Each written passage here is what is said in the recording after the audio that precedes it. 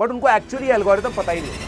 उनको ये भी नहीं पता और कोई उनको बताता भी नहीं है कि कैसे पढ़ना होता है। सीधा वो लोग 11वीं की क्लास में जाके बैठ जाते हैं और इतना बड़ा उनका बुक लिस्ट बन जाता है और वो उसके नीचे दब से जाते हैं। आज की तारीख में ऐसा काफी सारा बच्चा है जो 20 से 25% 11वीं क्लास जानता है। अब ऐसे में दोस्तों क्या खतरा होता है कि 12वीं क्लास भी खराब हो जाए। 3-4 महीने में उनको एल्गोरिथम समझ में आता है कि यार कैसे पढ़ना होता है। फिर 3-4 महीने में जैसे उनको समझ में आता है ना, तब तक काफी देर हो चुकी होती है और आगे की चीज भी उनकी खराब होने लगती है।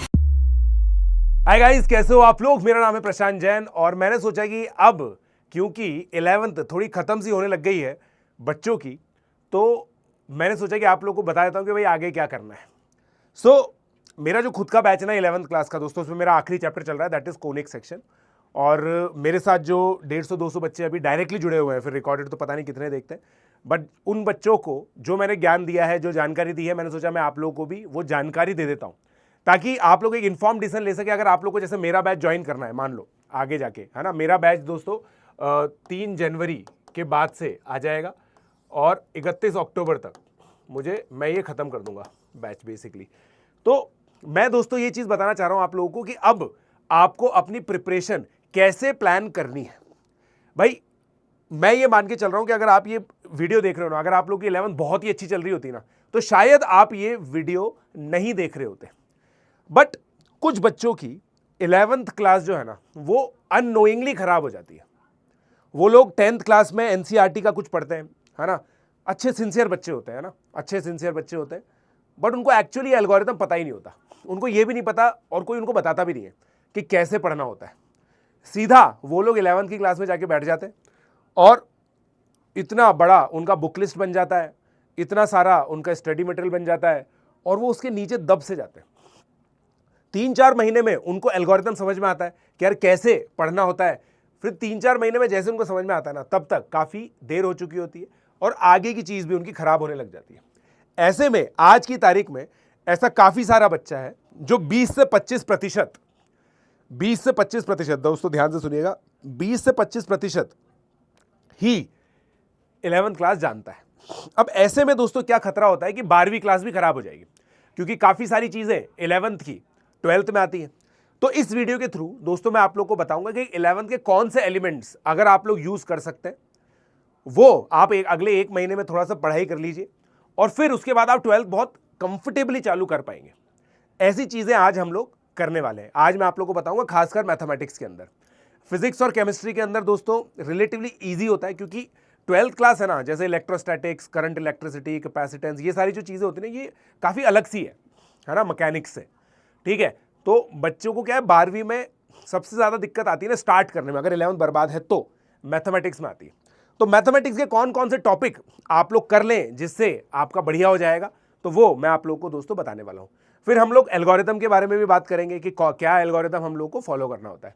तो सबसे पहले दोस्तों मैं आप लोग को बताऊंगा कि टॉपिक लिस्ट, भाई आप किसी से भी पढ़ो, बुद्ध से पढ़ो, किसी से भी पढ़ो, बट अगर आप 12वीं चालू करने वाले हो तो आप लोग के दिमाग में 2 प्लान होने चाहिए। पहला प्लान ये कि आप 12वीं कैसे पढ़ोगे, और दूसरा ये कि साइमल्टेनियसली अपनी 11वीं कैसे सही करोगे। ठीक है, तो टॉपिक लिस्ट सबसे पहले मैं आपको बताऊंगा। बिफोर मैं आपको टारगेट भी दे रहा हूं, ये ना, this is a target also. 31 दिसंबर आप लोगों को क्या करना है, कोशिश कीजिए, है ना, किसी भी, ये जितने भी चैप्टर्स में लिखूंगा, इसमें किसी भी चैप्टर में आपको जेईई एडवांस लेवल तक नहीं पहुंचना है। बट ऐसा नहीं होना चाहिए कि आपको कुछ समझ ही नहीं आ रहा है। कहना क्या चाहता हूं मैं, भाई जैसे वेवी कर्व है, वेवी कर्व क्या होता है, लीनियर इनइक्वालिटीज सॉल्व करने वाला जो टॉपिक होता है, तो उसमें बेसिक आपको सॉल्व करना आना चाहिए। मतलब जैसे मान लो मैं ये लिख रहा हूं x-1 into x-4 less than 0। अब आपको चमक ही नहीं रहा है कि ये x1 से 4 कैसे हो रहा है, मतलब आपको बिल्कुल भी थ्योरी नहीं आती। ऐसा नहीं होना चाहिए। मैं डिफिकल्ट क्वेश्चन नहीं दे रहा हूं, मैं बिल्कुल थ्योरी बेस्ड क्वेश्चन दे रहा हूं। ऐसा क्वेश्चन आपको करना आना चाहिए दोस्तों। सेकेंड, पहला वेवी कर्व हो गया, सेकेंड हो गया दोस्तों लॉगरिथम। लॉगरिथम में भी मैं आपको, देखो जैसे आईआईटी रुड़की के अंदर है ना, 2004-2000 के अंदर बहुत डिफिकल्ट, 1997 के अंदर बहुत डिफिकल्ट क्वेश्चन आया था लॉगरिथम का। वैसे लेवल नहीं बोल रहा हूँ, आपको बेसिक समझ में आना चाहिए। उसके जो लॉज हैं, log M plus log N क्या होता है, लॉग के अंदर की जो चीज़ें होती हैं वो पॉजिटिव होनी चाहिए, बेसिक डोमेन रेंज की चीज़ें आपको चमकनी चाहिए। लॉगरिथम, एडवांस नहीं जाना है। ठीक है, तीसरा क्वाड्रेटिक। अब ये देखो क्वालिटी की जो रेंज होती है, ग्राफ होता है, ये सब आना चाहिए आप लोग को ना। मैं आपको ये नहीं कह रहा हूँ कि लोकेशन ऑफ रूट में बिल्कुल फोड़ देना है, इंटरमीडिएट वैल्यू थ्योरम तुम्हें पूरी आनी चाहिए, सिमेट्रिक फंक्शन ऑफ रूट आना चाहिए, ये नहीं कह रहा हूँ। बेसिक आना चाहिए ताकि आप क्वालिटी की रेंज वगैरह में ना फंसो। ट्रिग्नोमेट्री के ग्राफ वगैरह सब चमकने चाहिए आपको। सीक्वेंस एंड सीरीज, आप बोलोगे सर आपने तो सारे चैप्टर लिख दिए 11वीं के। अरे भाई ध्यान से समझो जो मैं कह रहा हूँ, बस यहीं तक खत्म हो गया, यहीं पे। स्ट्रेट लाइन की equation, angle between straight lines, ये सब आपको आना चाहिए। प्रॉपर्टीज ऑफ सेंटर मैं नहीं कह रहा हूं, फैमिली ऑफ लाइन मैं नहीं कह रहा हूं। सीक्वेंस एंड सीरीज के अंदर भी दोस्तों मैं आपको एपी जीपी के सम और nth टर्म ये आनी चाहिए और टेलीस्कोपिक सीरीज आनी चाहिए। मैं आपको सिग्मा एन स्क्वायर, फिर जो मेथड ऑफ डिफरेंसेस होता है, इन सब की बात नहीं कर रहा हूं। टेलीस्कोपिक सीरीज फंक्शंस के अंदर डायरेक्टली यूज होती है, तो आपको आनी चाहिए वो, ठीक है। ट्रिग्नोमेट्री तो दोस्तों जैसे पीरियोडिक फंक्शंस वगैरह हम लोग पढ़ते हैं फंक्शंस के अंदर, फंक्शन पहला चैप्टर है, तो उसमें ट्रिगो की बेसिक अंडरस्टैंडिंग आपको होनी चाहिए। जैसे आपको ये याद होना चाहिए कि A sine theta plus B cos theta की जो रेंज है वो minus under root of A square plus B square से कहां तक आएगी, ठीक है। इतना आप लोग दोस्तों आराम से कर पाएंगे। आपको एक्सरसाइज 1 लेवल, जैसे अगर कोई कोचिंग में आप पढ़ते हैं तो एक्सरसाइज 1 होती है, एक्सरसाइज 2 होती है, एक्सरसाइज 3 पीवाई की होती है, एक्सरसाइज 2 टफ क्वेश्चंस की होती है, एक्सरसाइज 1 कॉन्सेप्ट बिल्डिंग एक्सरसाइजेज होती है। तो कॉन्सेप्ट बिल्डिंग एक्सरसाइजेज आपको आनी चाहिए। अगर आप लोगों ने दोस्तों इन सबको जेई मेन लेवल तक कर रखा है, जेई मेन पीवाई क्यूज कर रखे हैं, तो भाई सुभान अल्लाह, मजा आ जाएगा। फिर तो तुम लोगों को ऐसी फील आएगी ना 12वीं क्लास में जिसकी कोई मतलब वो सानी नहीं है। दोस्तों आप लोग को एक खुशखबरी भी देता हूं, 12वीं क्लास 11वीं क्लास से ईजी होती है। मैथमेटिक्स में जो 12वीं क्लास है वो 11वीं से इजी होती है, ठीक है। उसके मल्टीपल रीजन है। एक, तुम ज्यादा मैच्योर हो, है ना भाई, अपने आप को मैच्योर तो मान लो, अपने आप के लिए खुश हो सकते हो, आप लोग ज्यादा मैच्योर हो, पहली बात। दूसरी बात ये कि जो टॉपिक की डेप्थ है वो रिलेटिवली कम है यहाँ पे। क्वाड्रेटिक जैसे ओलंपियाड टॉपिक है, सीरीज ओलंपियाड टॉपिक है, ये दोनों ओलंपियाड टॉपिक है, परम्यूटेशन कॉम्बिनेशन ओलंपियाड टॉपिक है। ये 3 ओलंपियाड टॉपिक 11वीं में आते हैं और बच्चों की जिंदगी बर्बाद कर देते हैं। इतना नहीं आएगा यहाँ पे। अब देखो दोस्तों यहां पे ना एक और चीज जो है ना, एक और चीज जो आप लोगों को समझनी है, जो चैप्टर रह गए, बाइनोमियल थ्योरम रह गया, पीएनसी रह गया, सर्कल रह गया, कोनिक सेक्शन रह गया, ये 4 चैप्टर आप लोगों को, जो रिमेनिंग 4 चैप्टर्स है ना, आप लोगों को दोस्तों टिल 30 जून करना है। इसका रीजन भी मैं आप लोगों को बताऊंगा। टिल 30 जून आप लोगों को ये सारे के सारे चैप्टर्स करने हैं, क्योंकि जनरली जो आप सीक्वेंसिंग पढ़ोगे ना वो है फंक्शन एंड आईटीएफ, उसके बाद लिमिट्स कंटिन्यूटी डिफरेंशिएबिलिटी, उसके बाद method of differentiation and application of derivatives. ये 3 चैप्टर आप लोग के 30 मई तक चलेंगे। एप्लीकेशन ऑफ डेरिवेटिव्स में टेंजेंट नॉर्मल का बहुत ज्यादा यूज होता है। इसका मतलब यह है कि सर्कल और कोनिक सेक्शन आपके 30 मई से पहले खत्म हो जाने चाहिए ताकि आपको एओडी में दिक्कत ना आए, right. Functions and ITF start करने के लिए आपको ये चैप्टर लगेंगे। एलसीडी के अंदर ये 6 चैप्टर लगेंगे, इसके अलावा कुछ नहीं आएगा। मगर ये 2 चैप्टर कंप्लीट करने में आपका अप्रैल पूरा निकल जाएगा। एमसीडी एमओडी एओडी में आपको ये निकल जाएगा। फिर इंटीग्रेशन होता है ना, इंटीग्रेशन के अंदर एरिया अंडर कर्व वगैरह सब आ जाता है। फिर तो कोनिक सेक्शन सब चीजें चाहिए उसके लिए, उसमें सब चीजें चाहिए होती है, ठीक है। इसके बाद आएगा आपका indefinite integration, definite integration, area under curve. ये चीजें आप लोग की दोस्तों 30 अगस्त तक जाएगी, 30 अगस्त तक जाएगी आप लोग ये, ठीक है। फिर उसके बाद आपका डिफरेंशियल इक्वेशन भी यहां पे आ गया, डिफरेंशियल इक्वेशन भी यहां पे आ गया। ये आपकी 30 अगस्त तक जाएंगी। तो तब तक आपको सब कुछ खत्म करना है, क्योंकि उसके बाद के जो चैप्टर है ना, मैट्रिक्स डिटरमिनेंट, प्रोबेबिलिटी, कॉम्प्लेक्स और वेक्टर 3D, ये दोनों सबसे इजी चैप्टर्स हैं। ये दोनों सबसे इजी चैप्टर है क्योंकि ये एक तो एंड में होते हैं, तब तक आप लोग के मल्टीपल टाइम्स रिवाइज हो चुके होते हैं। कॉम्प्लेक्स और वेक्टर 3D में दोनों में कोऑर्डिनेट भी पूरी आती है और अलजेब्रा भी पूरी आती है और ज्योमेट्री भी पूरी आती है। तो ये कल्मिनेशंस है। बट यहां तक क्या होता है ना कि हर एक चैप्टर के आपके 3-4 बार रिवीजन हो चुके होते हैं, तो आप लोग कंफर्टेबल होते हो। तो जनरली ये बच्चे यहां पे मेरे को बहुत अच्छा रिस्पॉन्स मिलता होता है बच्चों से, ठीक है। तो ये सीक्वेंसिंग आप लोग पढ़ने वाले, तो इस तरीके से आप लोग को 11th खत्म करनी है। खत्म करने का मतलब दोस्तों ये है, देखो उसके बाद ना ये सब कार्यक्रम आपका 31 अक्टूबर तक खत्म हो जाएगा। ये सभी कार्यक्रम आप लोग का 31 अक्टूबर तक खत्म हो जाएगा। 31 अक्टूबर तक मेरे को आपसे क्या चाहिए, आप लोग ये चीज तो JEE Main JEE advance level तक करो, क्योंकि अब तक तो आप सिंसियर हो ही चुके होगे। देखो जो बच्चा आज भी सिंसियर नहीं है, आज भी उसको हंसी मजाक ही करना है, तो उसके लिए तो कुछ नहीं है ना, उसके लिए तो कुछ भी नहीं है। ये सब भी वो है ना, ये वो बच्चा तो ये सब करने के बाद भी 31 अक्टूबर को मिलेगा और बोलेगा सर मेरी 11 12 दोनों बर्बाद है, आप कुछ बता दो, ठीक है ना। बच्चा क्या सोचता है ना, बच्चा क्या सोचता है कि सर हम तो बर्बाद करेंगे, फिर कोई ना कोई मसीहा आएगा और हमें कुछ ऐसा प्लान बता देगा जिससे हम लोग बहुत अच्छा कर लेंगे। ऐसा नहीं होता है। अगर आप लोग का गेम टॉप 500 टॉप 1000 रैंक का है, तो जो मैं कह रहा हूं वैसा करना पड़ेगा, क्योंकि मेरे को सबसे ज्यादा एक्सपीरियंस है इस चीज का।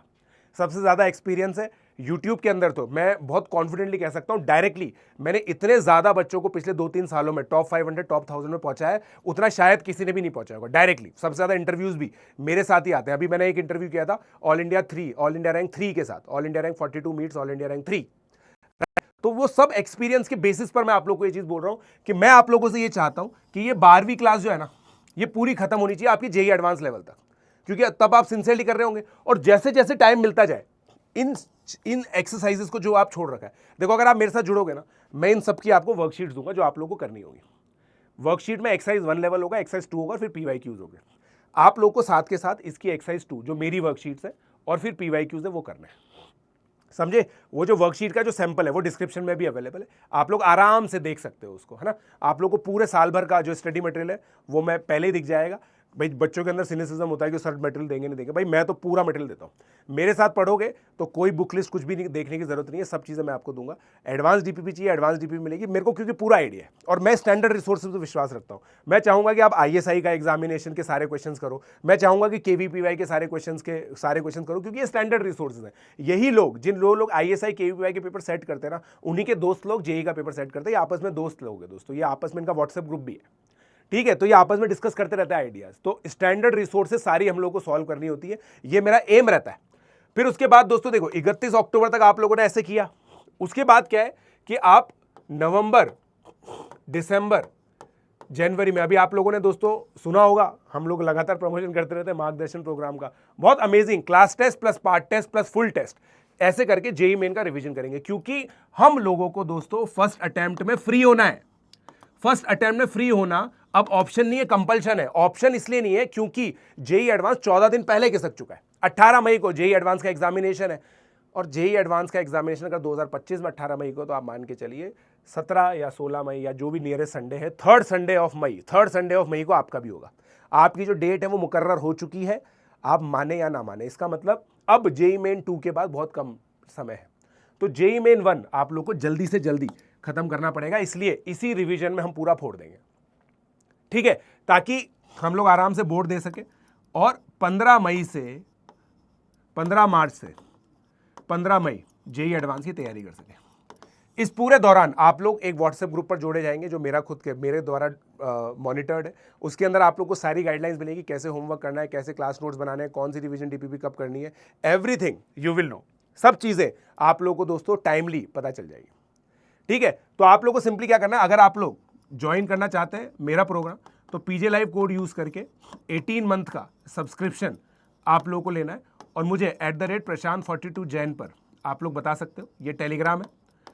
और अगर थोड़ा सा कम शर्माते हो आप और मुझे व्हाट्सएप करना चाहते हो, तो 7597084242 ये मेरा व्हाट्सएप नंबर है, ठीक है। तो दोस्तों जल्दी से आप सब्सक्राइब कीजिए, PJ लाइव कोड यूज़ कीजिए और मुझे बताइए, ताकि मैं आप लोगों को जो मेरे ग्रुप्स हैं उसमें जोड़ सकूं। आप लोग मेरे साथ 12th स्टार्ट करेंगे, 12th स्टार्ट हो जाएगी जनवरी के अंदर ही, और 31 अक्टूबर खत्म हो जाएगी। टाइमलाइन मैंने सारी बता दी है। मेरे साथ नहीं भी करना चाहते तो प्लीज़ इन टाइमलाइंस को ज़रूर ऑनर कीजिए। जो इन टाइमलाइंस को ऑनर कर रहा है उसी के साथ पढ़िए।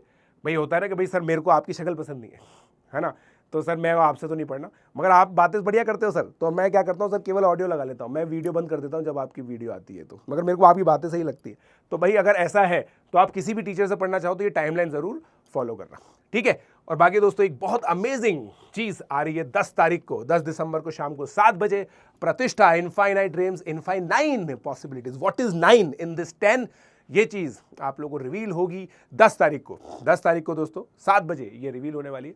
तो मिलते हैं दोस्तों बहुत ही जल्दी आप लोगों से, और जल्दी से आप सब्सक्राइब करो और मेरे साथ पढ़ो। Let's crack.